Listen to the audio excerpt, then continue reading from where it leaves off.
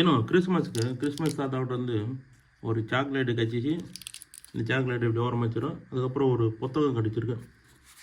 எந்த புத்தகமாக இருந்தாலும் சரி வாசித்து பார்த்தணுன்ட்டு வாங்கி வச்சுருக்கேன். ஓகே, நல்லாயிருக்கு. இயேசு கிறிஸ்துவின் பிரதான இறுதி கட்டளைகள்.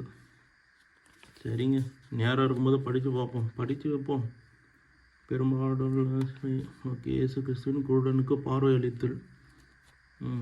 உங்களுக்கு ஏசப்பா பிடிக்கும், நான் மறக்காமல் நம்ம சேனலுக்கு சப்ஸ்கிரைப் பண்ணுறேங்க. நானும் ஒரு 7வது வரைக்கும் படித்தேங்க.